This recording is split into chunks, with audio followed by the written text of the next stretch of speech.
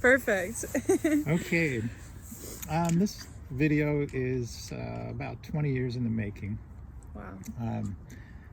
It was an adventure for me that started about 2004 with the election.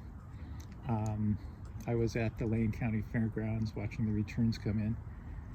And suddenly at 1 a.m., things at Eastern time, a little bit earlier here, counts changed. Numbers actually went down. And I started looking, I stayed up all night looking at spreadsheets of votes from different counties in Ohio, because it came down to Ohio precincts there, and realized that there was some manipulation going on with the election. And that began a several year investigation of mine. I have a blog online, Twitter, now X, called @MartinTruther. And I also have a Substack, martintruther.substack.com. Its theme is designs, plans, dreams, and prayers. I love it. So it's the 4 kinds of writing that I like to do. So that election began what I call a journey in truth. Eventually came to call it Journey in Truth. It's I call it a journey because it's so often the case that people can't realize a truth immediately. They're confronted with it, and if it's a real life-changing or worldview-changing kind of truth, a person has to go through all the stages of grief. There's first denial, anger, bargaining, depression, acceptance, and sometimes that takes years. I was already fairly politically savvy, I thought, before that election really opened my eyes, but that began a process where I began to question pretty much everything. I knew that there were greedy corporations running the government before. I knew that there were corrupt politicians taking money, and all of that is pretty pedestrian by today's standards. The corruption goes so deep that it's, the analogy of the rabbit hole is overused, but that is accurate. That is what I call it. So rather quickly with the election problems that I observed in 2004 was the really one that I started to dig in more deeply with. That it was very hard to get any reporters to look into the issues. And that shook my faith in the free press. It's also very hard to get the party that lost to raise any questions about a recount, or if there had been any manipulation of the e-voting equipment and so on. And I realized that we don't really have a two-party system, at least that level of competition that you think is there isn't really there. It's a little bit more like an 8 men out kind of sports situation where one team is paid to throw the game or the actors behind the scenes orchestrate things so that it turns out one way or another. So I call it that period when you're going through, I say you, I statement. I was going through a period of change, of questioning pretty much everything I knew. There's a line from a song by Paul Simon, Kathy's song. It says, and so you see, I've come to doubt all that I once held as true. And it's, and I call it the free fall period, because you begin to wonder if there's anything that you know that's still really true, or at least that's questioning the worldview. And so I got active on social media and began to find people who were interested in exposing truths and all the stereotypical things, right? Totally. So I found that that there were a lot of other things, and over a course of many years, I felt like I got to a point where my worldview was very, very, very different from when I started, and I felt okay about it, that it was fairly solid, even though it was a very painful and grueling journey. And so I started to come up with a framework where it's almost like an S curve, where you would start out with one worldview, and then things start to change, and you accept other things and investigate other things, and it's changing very quickly there for a while, and then it levels out into a new equilibrium. And that's and sometimes you find that there are more people there in that equilibrium than you imagine.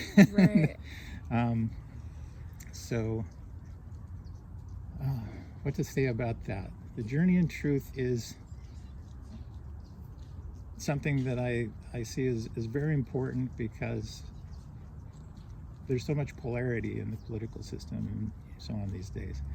And people are yelling at each other, trying to get them to change their minds as easily as an iPhone downloads an upgrade to an app or something. You know, their expectations of how long it should take somebody to realize X, Y, or Z are very unrealistic, because we don't work the way that apps and iPhones do. So, so I find that you can get angry at people who haven't realized, and it doesn't help anything at all. You know, it's the best thing is to approach people with the same compassion as if you were visiting yourself in the past before you realized the things that you've realized. So respect them where they are at on their path of investigation. Maybe don't even tell them things right up straight out, but ask them questions that may help them in their own investigation and so on. So over the course of many years, I've found that there are three main clusters of information that are that's manipulated, hidden. First one is like the classical conspiracy theories, the abuses of power, such as wars based on lies, assassinations, manipulation of the financial systems for the gain of a very small percentage of people. All those kinds of corruption are one cluster. And there's basically things that are hidden because people are culpable, and they don't want people to wake up to how they're kind of enslaved to a system that is, sociopathic in many cases. They don't want people to know that they've committed crimes and that they could be prosecuted for. The second big group, which came to me later because I was investing in election rigging and so on, is the health cluster. And there's a lot of information there that is hidden because it's more profitable to keep people sick and under treatment than it is to actually get them better. And the health cluster includes three different kinds of things. It includes alternative health treatments that work, as well as conventional health treatments that are toxic, and also many toxins in the environment that aren't talked about. You know, many people will go to their doctors with a chronic complaint and get the message that it's idiopathic. We don't know what causes it, this or that. And often these things are related to toxins in the environment, but those aren't talked about because a chemical company might consider it slander if you said that this particular allergy was caused by not celiac disease, but say an herbicide that is being sprayed on different crops. So the health cluster is one. And then the third one, which is interesting, is what I call a spirituality cluster of hidden truths. And it's quite it's the more liberating of the three groups, because finding out that, for example, we are immortal beings is a rather liberating viewpoint, because much of the command and control structure within our society is based on the idea that people believe they have a finite life and they have to optimize their enjoyment and satisfaction during that finite life period, because there's an end score, and they're trying to die with the most toys or whatever. The capitalist measure of a successful life is. So the spiritual cluster it's fascinating, and there's a lot to dive into in that. But it was about the time that I was starting to realize that there were these clusters of narratives that had been glossed over and suppressed, that I came across a paper that was written by two researchers who were studying communications online. And they said that they were observing a phenomenon. They weren't themselves participating in this phenomenon, but they were saying, isn't this interesting? It's almost like the Casadai tribe of South Pacific. They said, it seems that there's this gathering of people that are into both A, conspiracy theories, and B, New Age spirituality. So it's sort of like, well, the conspiracy theory people tend to be the men or the masculine part of this community, and the New Age spirituality tends to be the feminine or the women part of this community. And they decided that they would call this phenomenon conspirituality. Oh, wow. It works together well. That's interesting. It is. It originally just meant the fusion of those two things, conspiracy theory study and New Age spirituality. It has since become the name of a podcast that is basically aimed at deriding all things QAnon and the really all the stupid conspiracy theories like flat Earth and moon landing hoax, gotta say it, global warming deniers, and QAnon. All of that is there's definitely garbage in the system, but there are also a large number of conspiracy theories that are true, or at least have true elements to them. For example, it's interesting to look at the Gallup polling for the JFK assassination. So Gallup polling organization has every year asked people if they thought that the Warren Commission finding that Lee Harvey Oswald acted alone and was responsible for the murder of JFK. And even since 1964 and 1965, the majority of Americans have said, no, I don't think that's the story. I don't think that's what happened. At times, the percentage has been as high as 81%. Wow. And yet, you would never know that to listen to anything in the mainstream media. They say it's these fringe conspiracy theories, which happens to include 80% of the population. Conspiracy, yeah. The message is very definitely that if you don't believe the Warren Commission, you're a fringe and you should be ignored and you're crazy and you're probably living in your parents' basement in dirty laundry and all that stuff. Right. Just that demographic. All those stereotypes, right? So it's a fascinating number, not just to realize how the mainstream media is used to manipulate us into thinking that I'm a fringe person, I better not talk about that or people will judge me, when 1 out of 2 people is going to agree with me. Right. Not just that, but also to realize how controlled the mainstream media is, because they're people too, just like us, and probably 50 to 80% of them also believe or know that the JFK assassination was carried out by some kind of conspiracy. Somebody other than Lee Harvey Oswald was involved in it. And yet they won't talk about it. And that speaks volumes to how the media system works in our country. That something that so many people believe can be so suppressed. And that leads you further down the rabbit hole. Yeah. Because there was the Church Committee investigation back in the 70s in the Senate or the House, I've forgotten. I think it was the Senate, Senator Church.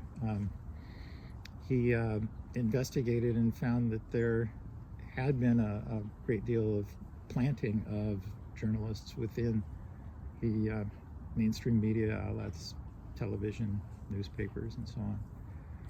Basically to get the stories that the CIA wanted out there in the public mind, and not the other stories, you know. So you start to really see the level of manipulation that goes on with the media there. Let's see. So where to go next with this? Yeah. I have a question, I guess. Sure. If we want to guide it somewhere. Yeah. You're talking about like this S curve and like how like kind of coming out and finding this, you know, discovery of how things are maybe a little more controlled or not as you would think beforehand. You kind of go through these stages of grief, and obviously like it's important to do so because like you're saying, there's, you know, it's tied to spirituality and health, the politics. It's you know, getting to the truth is obviously really important in all three of those sectors.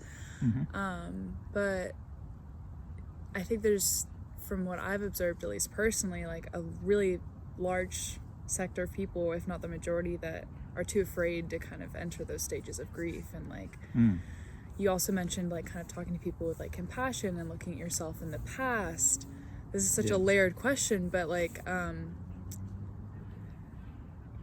mean, what was it that like drew you into kind of like, okay, I'm gonna like go through and push through and not hide from the grief and going through to kind of actually look at what the truth is versus like shying away from that and just going back to... I would say it really stems from the oldest question that there is. What is the good life? It's the question that the Greek philosophers posed to each other and came up with different answers for. And for me, I look, for some reason, I've always been at least as much concerned about the state of the world as I am about my own individual well-being. But hope I'm not exaggerating that, you know? but I am kind of bored with the usual kinds of success stories, and so I have a fascination for solving puzzles. So investigating things is an interesting pursuit for me. And I'm also interested in helping reduce the level of suffering in the world. And it's interesting that I have gotten into talking with some other people who've been bringing these truths together and trying to put them out into the world. And at some point in the conversation, somebody will say, "Oh, by the way, I was a preacher's kid growing up." And so, "Oh, you too." You know? And I had a father who was a liberal Christian minister. And so you think of the Lord's Prayer that says, "But the goal is to have on earth as it is in heaven," is the phrase that is in the Lord's Prayer. And when you look around, you realize this can't be what heaven would be like, right? Because there's so many things going wrong. And you start to think, well, what are all these things going wrong? There's pollution, there's wars, there's hate, all of that. And my rebellion against my father was to go into the sciences and become a computer scientist instead of a minister, right? And so I got into problem diagnostics, root cause analysis, and all of those kinds of things. And so I would look at world problems as well and think, what's the root cause analysis? And you start to realize that things like economic inequality and the projection of fear of foreigners coming and taking our jobs and all that kind of manipulation of messages is a big part of where the hate comes from and the suffering comes from, and justifications for war. So you start to debug that system a little bit. What would you do to create an update patch for society?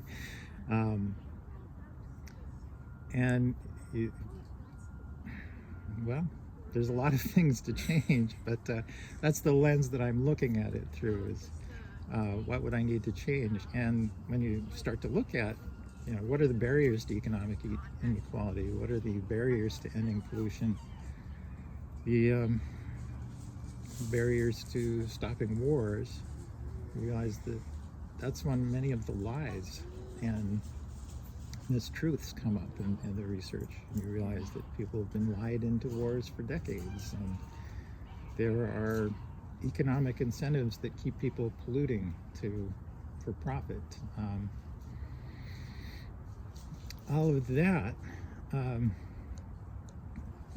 So the desire to improve the world leads to a desire to bring out the truth and expose the lies that are driving these problems, that are causing the suffering.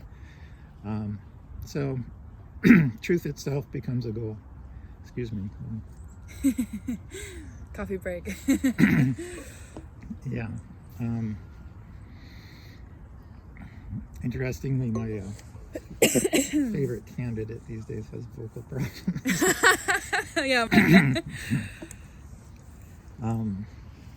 So truth itself becomes a goal, and if you pursue it very much or start to talk about it, it's interesting, because when you first see the journey in truth includes like a first glimpse behind the facade, right? It's like for me, it was elections and e-voting machines being rigged and so on. For different people, it's different things. They might realize that, oh, my neuropathy went away when I stopped drinking diet soda. Or it could be something more dramatic, like maybe they actually see a UFO.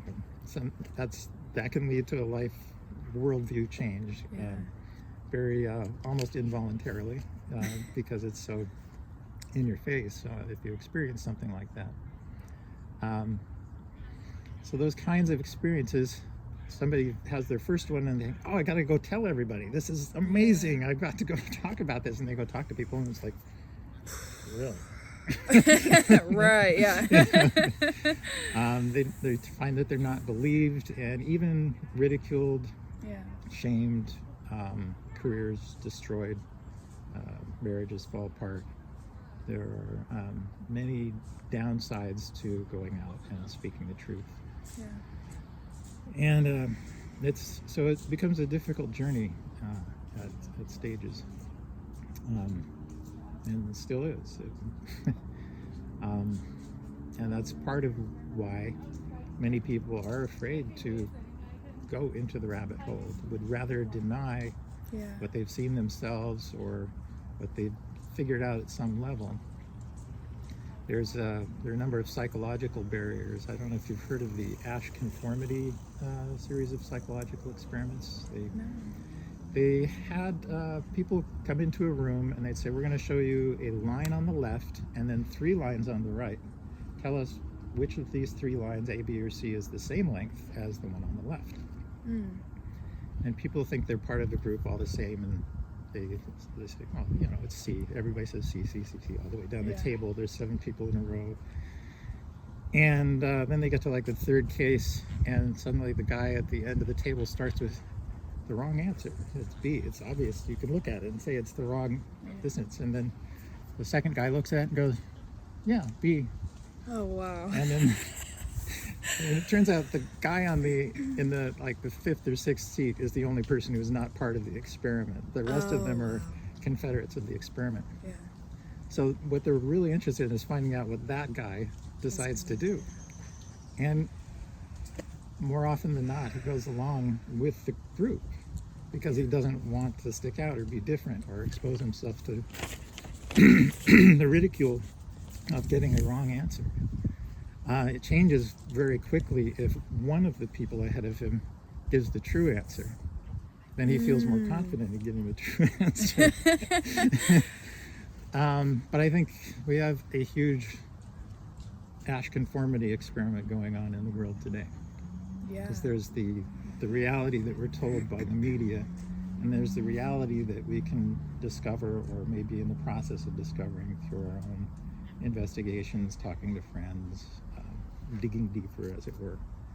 Let's see, we're talking about the level of ridicule, shaming, and career destruction that happens when people come out and speak out about a truth that they're seeing,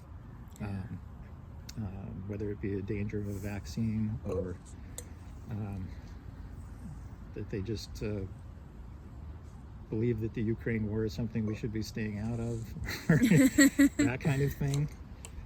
And the level of persecution, I would call it, is to a degree that I began to think back to the idea of conspirituality. It's like,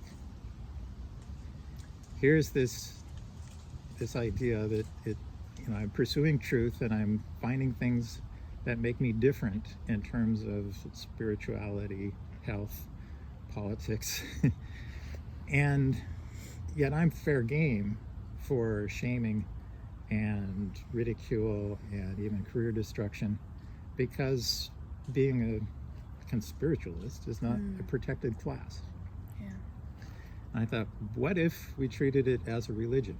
I said, oh, it's not a religion though, because everything I believe I could cite sources for and right. say, it's I believe it's all evidence-based, as opposed to faith-based, which most religions are categorized as faith-based, and yet Buddhism is a philosophy. It's not a religion per se, or like many adherents of Buddhism would say it's more of a philosophy than a religion. So I began to think, well, maybe the faith aspect of it is to have faith in the process of this journey in truth. They agree.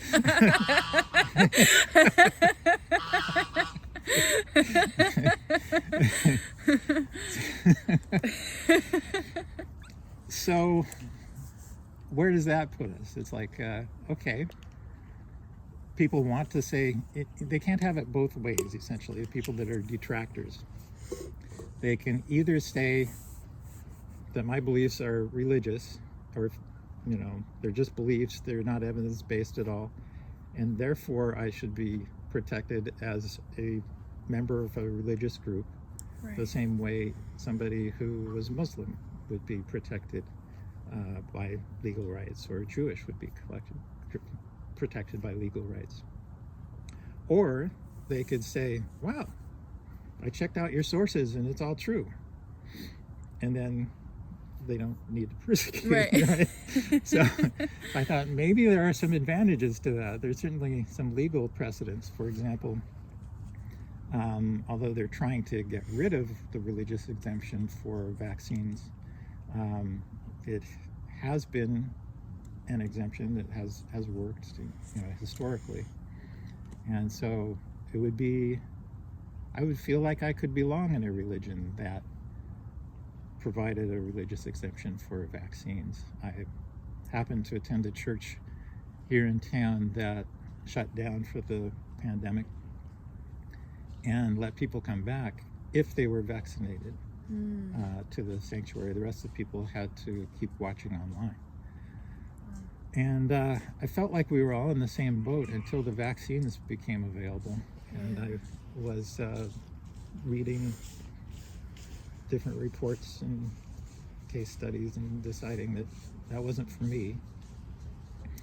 And that was a very hard sell, because my religious community had the first COVID death in Lane County among their congregation. And so they wanted to be extremely cautious, and I can understand that. And yet I didn't feel after that I belonged as much as I would to an organization that says, we support you in your religious exemption for vaccines. I applied for a religious exemption through this church and was denied. And it was interesting because they have a history of being associate of a part of a new thought movement that includes Christian Science, but the idea being that your religious practice can help your health. And so this was part of the history of this church, and yet when they asked me to justify my religious exemption, they asked me to point to any writings that were from the church within the last 10 years that indicated that health and religion were related. And there hasn't been that much in the last 10 years, even though the founders had originally attracted their following by through some healings that occurred. Wow.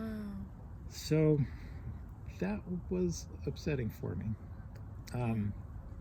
But I find myself wanting to explore the idea of having a religion that's based on the pursuit of truth. And it would not purport to say what the ultimate truth is, because whenever you say that, you end up being wrong, because it's you can only get closer not to the absolute truth. So I found it interesting to come across a quote by Gandhi where he said that there is no God higher than truth. And some people have gone on to define truth as that which exists, that which is around us in physical reality, or there's a record, or it has existed in the past. At least can rely on memories to some degree. Sometimes it's a little fuzzy, yeah.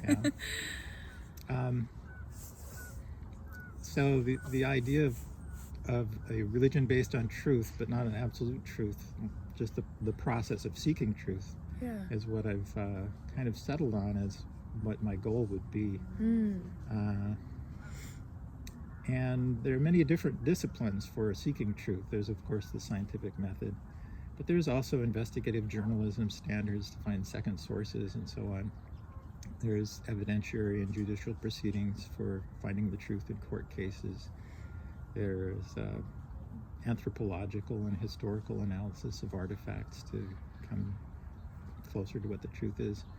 One that I like a lot is the actor's motivational analysis as a tool for finding the truth, such as, why is America involved in this war? Oh, for democracy, right? So, but here's this other country that doesn't have oil, that has the same kind of political problems. They're not a democracy. Why aren't we bringing democracy to them?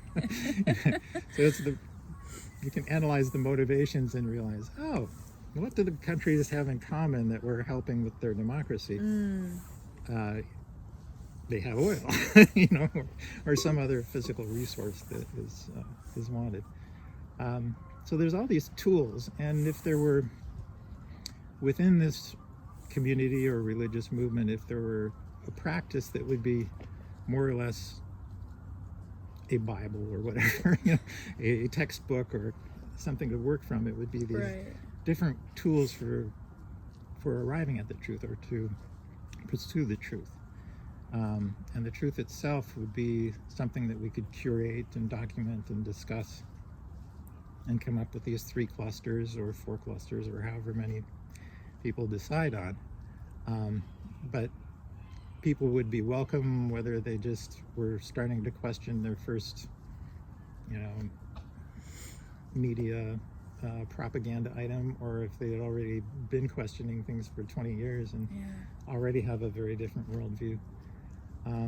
And even if they derived at a different place than most of the other people had, there would be a common respect for the process of pursuing the truth.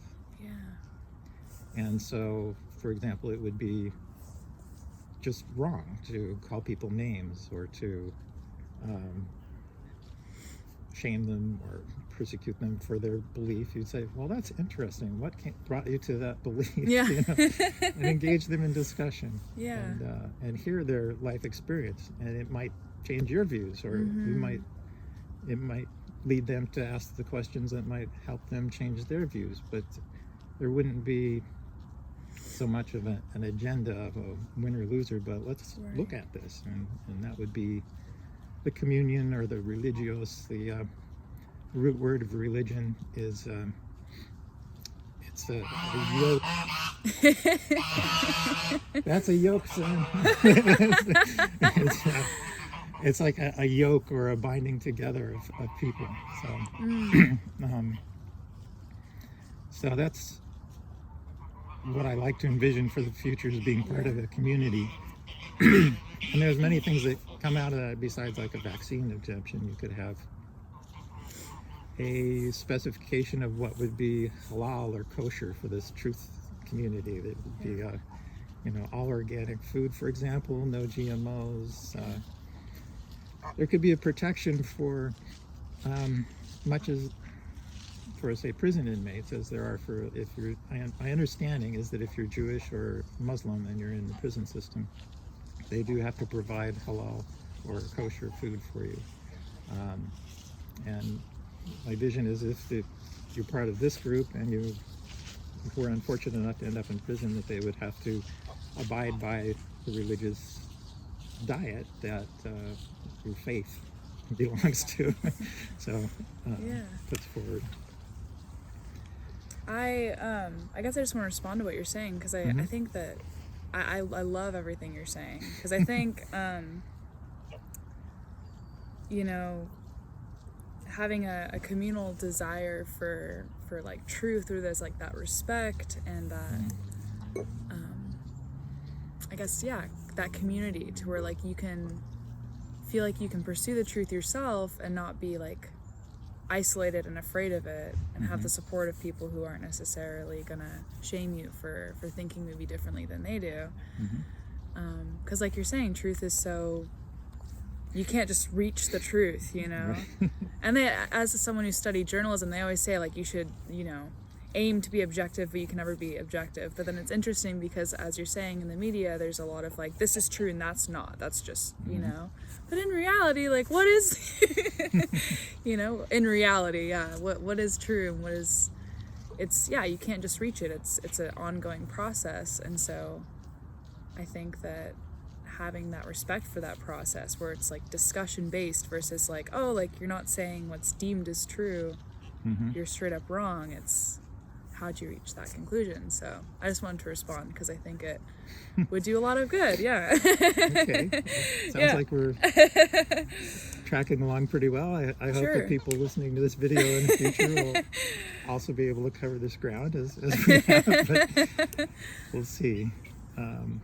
Part of the reason that I arrived at the idea of having a community in pursuit of truth is that people who are on this path of truth often find it to be a lonely journey. The journey in truth takes you away from your consensus community and into the unknown.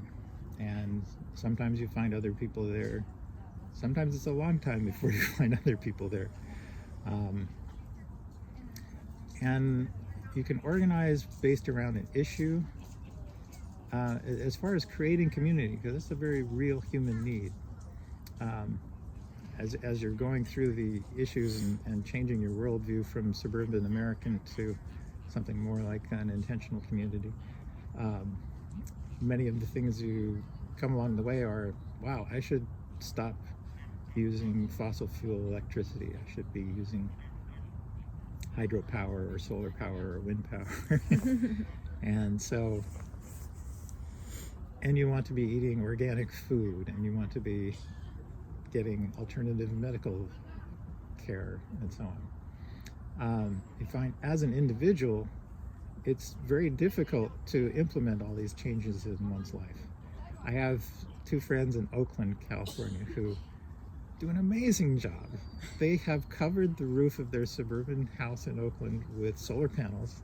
They generate all their own electricity, not just for the house, but for their 2 Nissan Leaf electric cars that they commute with.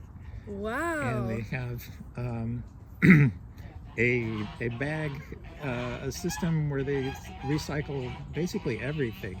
Where this company has these different bags that they put things in, the cloth bags that are reused. And they're extremely conscientious, and they fill me with hope every time I visit them.